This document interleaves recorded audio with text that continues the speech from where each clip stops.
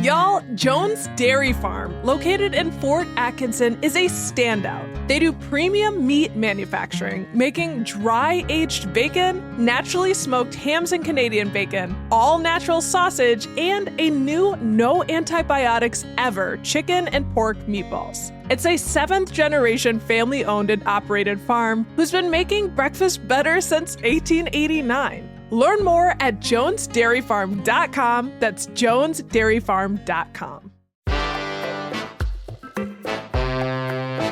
Today on CityCast Madison. It's election season, and exactly 1 month from today is the 2024 general election on Tuesday, November 5th. We've got a lot of heavy hitters on our local ballot, including Dane County's top official, county executive. We've sat down with both of the final candidates in the race to ask about their stances on the issue and why they should be our next county exec. Today, you'll hear from Dana Pellebon, Executive Director of the RCC Sexual Violence Resource Center. It's Tuesday, October 8th. I'm Executive Producer Haley Sperling, and here's what Madison's talking about.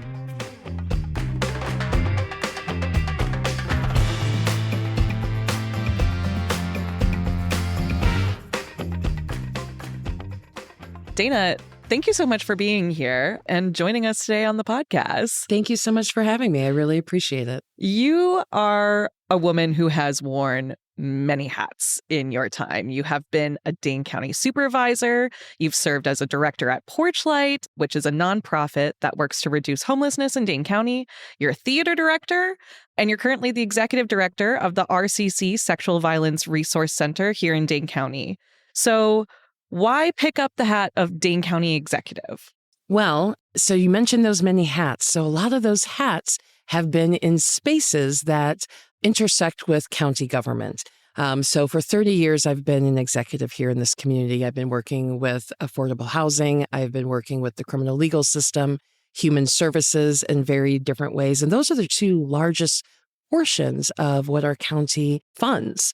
And what I found on the county board was that there were things that, we could do as a county board supervisor, but there's 36 other people to do that with. And the reality is that the space where strategic priorities happen, budget happens, the monitoring of programs and services and folks that run those departments happens at that executive level. And since that is the bulk of my experience, and knowing that this is actually not a legislative position, it's an executive position, it lends very well to the breadth and width of experience that I have in this community and the amount of interactions that I already have with our county government in various ways. Digging into that, in the past and online, I've seen you point out that the Dane County executive is not a legislator or a lawmaker. Rather, the executive is a leader and a decision maker. And so given that the county employs thousands of people and the executive has the final say over the budget, why are you best positioned to take on this executive decision-making role? Because again, this is the work that I have been doing. So I have been managing programs, budget, strategic priorities, and have been a leader in spaces my entire adult life here, whether that be in affordable housing and creating programs that are still working today to house folks, to ushering in new programs like the community court that will be coming to our city. And these are the spaces that I do a lot of work in. So, it is one thing to have a theoretical understanding of our county and the inner workings. It is another to have worked in those systems, to know the people in space, to have been a part of solutions in this county for 30 years, to then say, this is the next step, this is the next level. And the thing that actually was very attractive to me about the position is that it's an executive position. Being a legislator is great work, but that is at a 10,000-foot level. And the problems that are happening here in our county are happening at that 1,000-foot level, and that's where an executive resides. Mm-hmm. And being, again, that these are spaces that I have been doing work in, that I'm currently coalescing services and working with the purchase of service agencies here in our county, including the one that I run, it is a natural next step. Now, there's not as many counties that elect a county executive. This is a hired position in other spaces because it's an executive position. We do things a little bit differently here in our county, and that's okay. But it means that we're running instead of hiring. And that's why I'm in the political space instead of the executive space for this. And I do have kind of, a job interview kind of question here, because at the end of the day, an election kind of is a big job interview, Absolutely. So how would you describe your leadership style? So my leadership style is around listening. It is around sustainability, and it is around creating avenues for solutions. So one of the things that I do to make sure in my workplace is that everyone's job is sustainable. And in addition, I don't work punitively, because what that does is it creates an atmosphere of fear, and it creates an atmosphere where people are not allowed to be human beings, because human beings will make mistakes.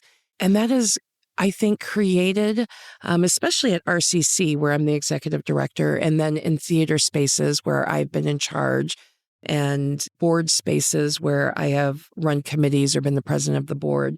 What that creates is an atmosphere of trust and an atmosphere where people are wanting to work hard, not because you have to, it's your job, you got to come to it, but because they feel sustained in their job, they feel supported, and they feel empowered to make decisions. And I really like that we've been able to create that atmosphere at RCC, and look forward to doing that across our county.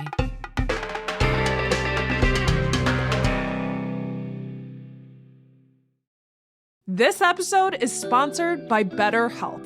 October is the season for wearing masks and costumes, but some of us feel like we wear a mask and hide more often than we want to. At work and social settings around our family, therapy can help you learn to accept all the parts of you so you can take off your masks. Because masks should be reserved for Halloween fun, not for our emotions. Therapy has been so key to my journey. If you're thinking of starting therapy, finding a way in, give BetterHelp a try. It's entirely online, so it's convenient and flexible for scheduling. You just fill out a brief questionnaire to get matched with a licensed therapist, and you can then switch therapists free of charge at any time. Take off the mask with BetterHelp. Visit betterhelp.com/citycast today to get 10% off your first month. That's BetterHelp, HELP.com/citycast. Hi, this is David Plotz of CityCast. Have you thought about a gift for yourself this year? One that has the power to help you grow and learn and become a better version of yourself? Give yourself the gift of language by getting Babbel. With quick 10-minute lessons handcrafted by language experts, Babbel gets you talking a new language in 3 weeks. Because talking is the key to really knowing a language. And that's how Babbel approaches it. It's designed for real conversation. So I have a trip to France planned with my girlfriend. Was it inspired by the Olympics? Yes, it was. And it's given me the chance to revive my old high school French. And it's so fun to catch back up with the vocabulary I'd forgotten. To remember all the food, for example. I'm in a lesson on ingredients, so I'm going to make crepes with butter and sugar. Avec sucre et de beurre salé, on va se régaler. We're going to have a feast. They learned this great new French expression too. J'en ai l'eau à la bouche. That means I have water in the mouth. That means it's mouth-watering. Love it. Love French. Anyway, Babbel gets you talking, and studies from Yale and Michigan State University and other leading universities prove that it works. So here is a special holiday deal for CityCast listeners. Right now, get up to 60% off your Babbel subscription, but only for CityCast listeners at babbel.com/citycast. Get up to 60% off at babbel.com/citycast, spelled BABBEL.com/citycast. Rules and restrictions may apply. So I definitely want to dig into some of the issues because we've got a lot, good and bad. So probably one of the biggest things that's on people's mind is the fact that Dane County has consistently been cited as the fastest growing population in Wisconsin. And with that comes a lot of excitement surrounding new developments and business and the flow of ideas. And as we've seen pretty acutely in Madison specifically, it also puts a strain on resources, particularly when it comes to housing. So with that, what steps can and should the county take to help accommodate this growing population? and without succumbing to sweeping gentrification. Yeah. So the first thing that we have to recognize is that we have affordable housing that people can't get into because there are rental criterias that don't include those who are working class folks but don't make $50,000-$60,000 a year but can still pay their rent. I saw this back in the 90s, and that's why I created the Second Chance program, which was a tenant education program that worked with property owners to give folks education about credit, financial literacy, their rights, property owners' rights and responsibilities, and had a group of folks that came together once a month, and again, still do, to talk about these things with renters.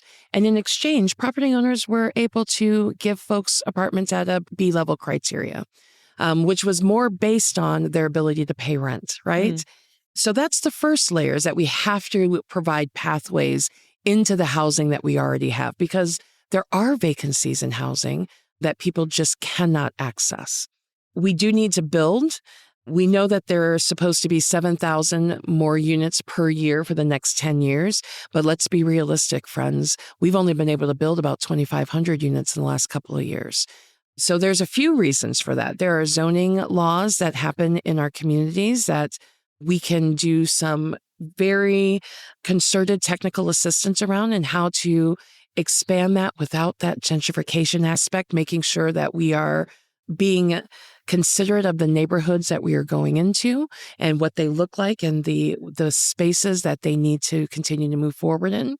And then, there are some distinct monetary spaces. So the Affordable Housing Fund is one of them. On the county board, I was able to, over 2 years, put $25 million into that fund with that set of county board supervisors.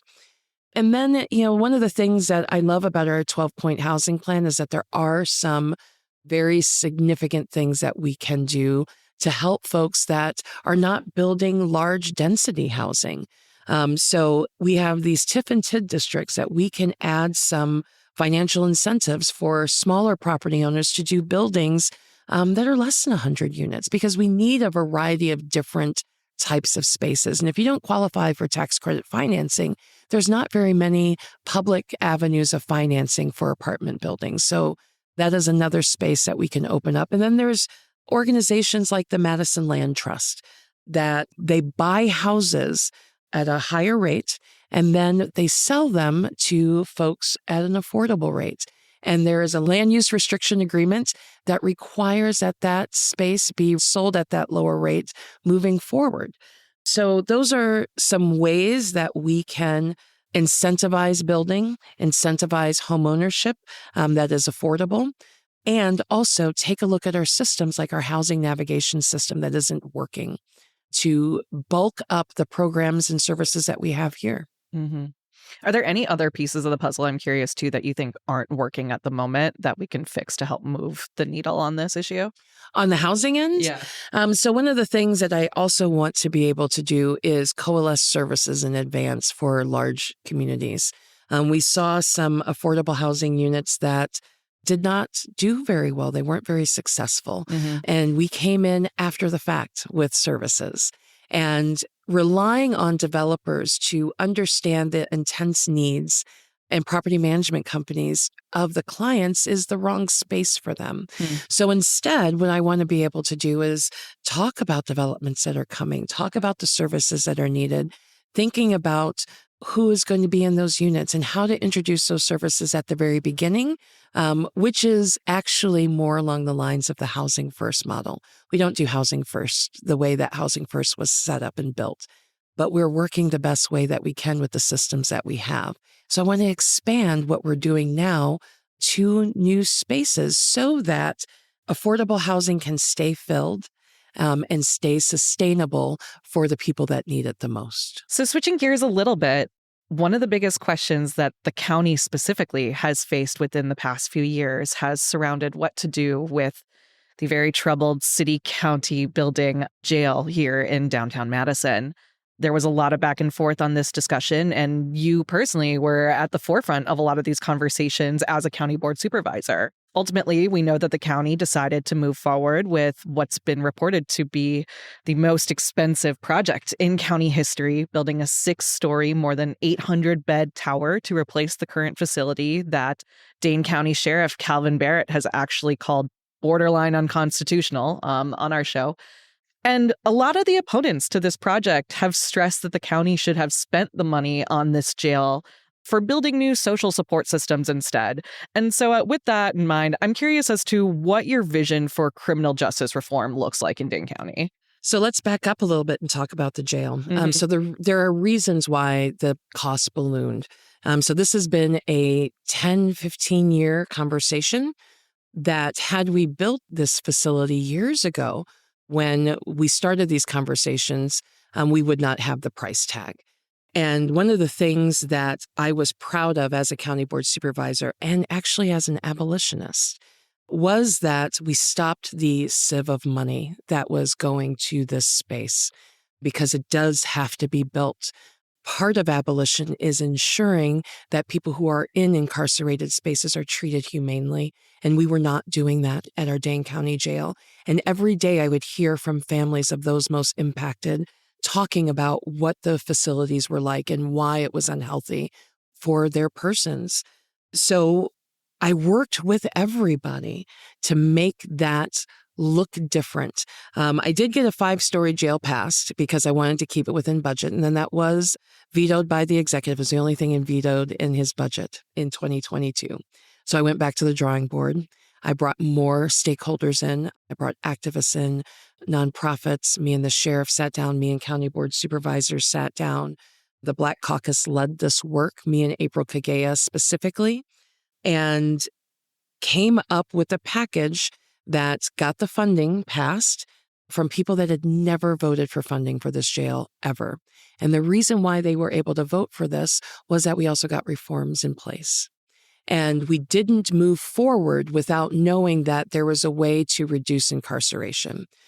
So I spent the 2 years on the county board very deeply entrenched in our criminal legal system. I was one of 15 elected officials chosen across the nation to specifically study racial inequities in our carceral system, and went to a lot of conferences, spoke to a lot of experts, both in town, out of town, nationally and internationally. And there were some great things that came out of it. So first, our community court. I co-chaired that work with Linda Ketchum from Just Dane, and we are bringing a community court here to our county. It is a restorative court that allows for a higher level offense in our current restorative court. The model that we're placing it after is similar to the Cook County model. So looking at how that model worked and implementing that here, that is one of the things that I want to see move forward. I pulled aside money from the Office of Justice and Reform to specifically work through reform efforts, about $500,000.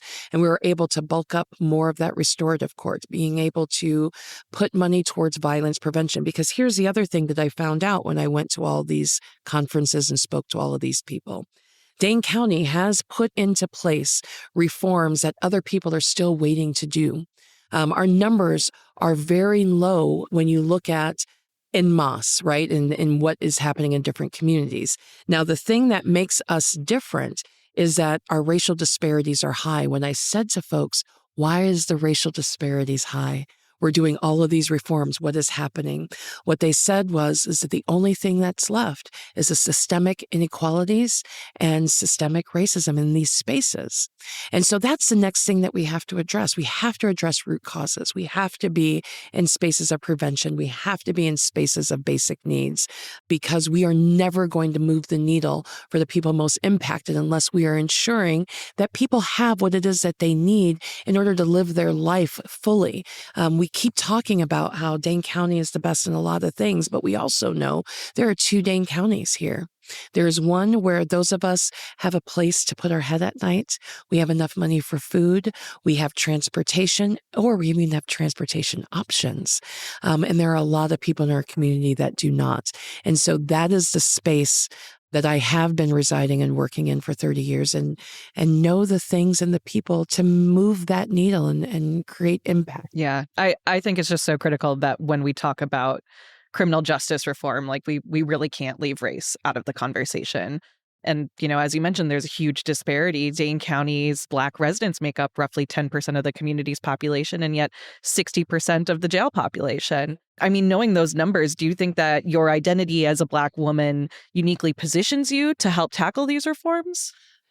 So, yes, and so I have lived experience that other people don't have. And I have been in spaces and in community with folks who have been most impacted in ways that other people have not.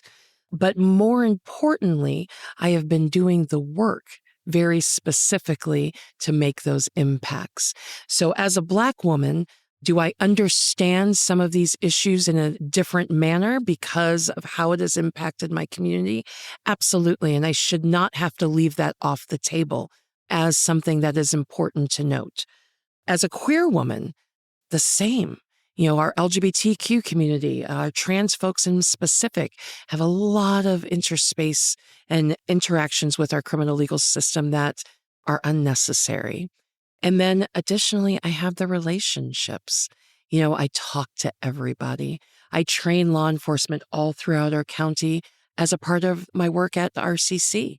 I have difficult conversations, and these are a lot of difficult conversations that I've already navigated and have created the relationships to be able to say, here's what has to happen, and this is what it looks like, and how do we get there in a way that is sustainable for everyone. Speaking of another difficult conversation that the county has been kind of wrestling with, taking a step back earlier this year, there was a coalition of 36 food pantries from across Dane County that gathered to put out a call to the community for help. There are more and more people that are seeking their services and more people in Dane County that are facing food insecurity. So what are some of the steps that you would take to help address food scarcity?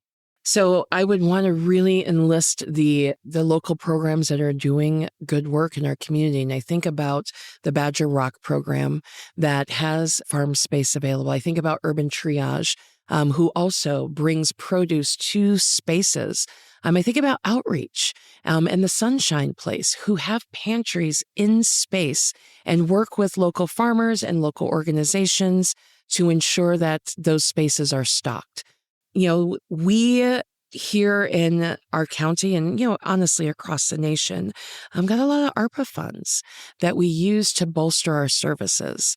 And those funds are gone. They're never coming back. It is not a thing that will happen anymore. So the amount of money that we are able to pour into these services just doesn't exist. So instead, we have to lean on these spaces that are currently happening. The REAP program, the Dane County Food Collective. These are all programs that are in space and are already working in the county. So looking at their funding, looking at how we can better sustain farmers. We have a small business loan program, 2 of them actually, for only rural spaces that talk about getting capital monies to farmers, getting operational money to our people in our rural areas that are producing food. We have the Food Pie Equity Grant Program that I was a part of as the head of the OEI committee and the EOC committee. So, these are programs that are in place that can be expanded, and local programs are purchase of service agencies throughout our community that we can ensure that they are being, resources are getting out to people and that they are properly funded. So bringing the focus back to you and the election, now that the race has narrowed from 4 candidates down to 2, I'm curious as to what you would say separates you from your opponent. Executive experience and direct experience with all of the county agencies. There is one level to be a county board supervisor. Yes, you get to know folks and people. But again, I want to talk about that 10,000-foot level, but that is at a 10,000-foot level. And legislatively, my opponent has been amazing at that 10,000-foot level. But my experience is at that 1,000-foot level where I do run programs. I do strategic priorities. I manage budgets and have for multi-million-dollar spaces for decades. Yes, I owned a small business. I co-owned the Frequency downtown. So I know what it's like to be a small business owner in our community. I know what it's like to run large corporations in our community. And then in addition, I know what it's like to work in space with the people at our agencies that are doing concentrated hard work throughout our community. I lead committees and commissions and put myself in those leadership spaces because of the experience that I have. My distinction is the actual work that I've done here in Dane County for a really long time. I don't think at that 10,000 foot level because we have problems that need to be addressed today. We can, when we're strategic planning, look at that 10,000 foot level and think 3 to 5 years, but what's happening now? People are hurting now. And that's the work that I do now. And that's the work that our county needs right now. So taking another step back and kind of reflecting on the past decade or so, there has just been so much change and development happening in Dane County. And like you said, so much is happening right now. It really feels like we are at sort of a critical transition point. Absolutely. And as it stands, do you think the county is headed in the right direction to position ourselves for the future? I think portions of our county are, absolutely.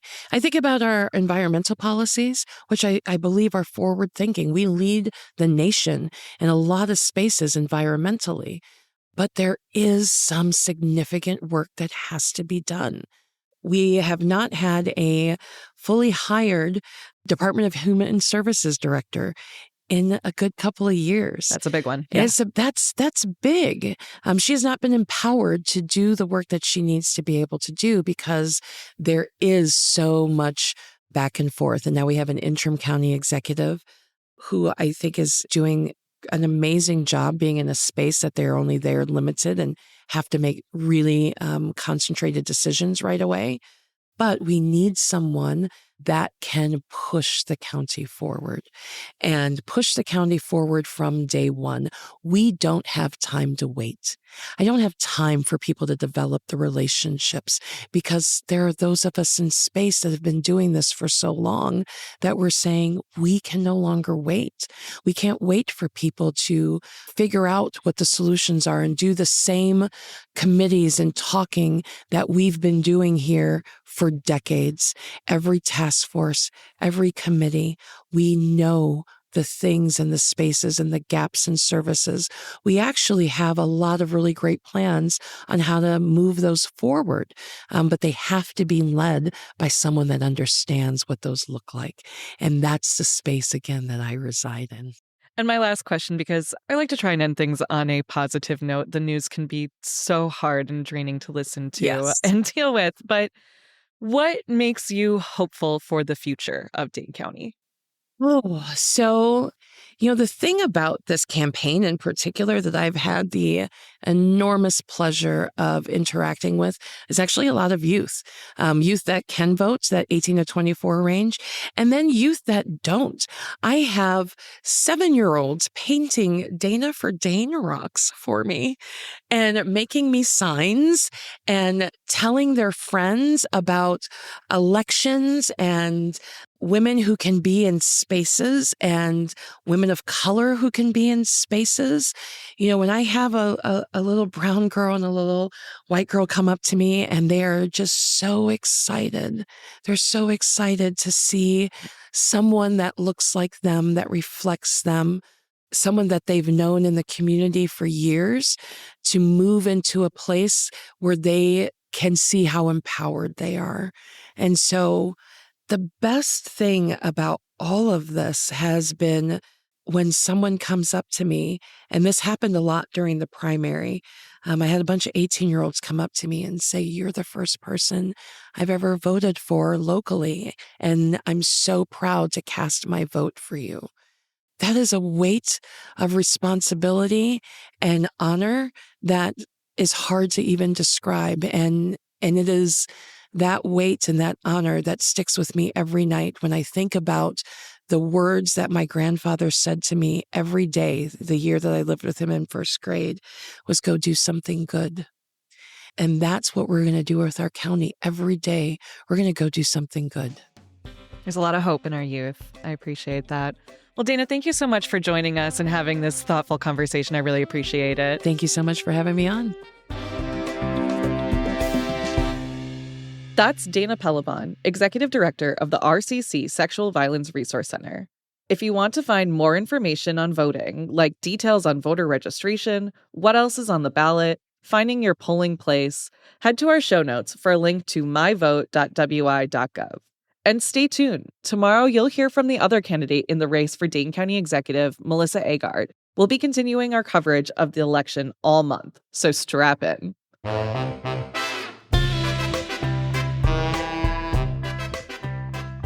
That's all for today, here on CityCast Madison. If you're new here, thanks for checking out the show. If you enjoyed today's episode, share it with someone who you want to vote. We'll be back tomorrow morning with more stories from around the city. Bye!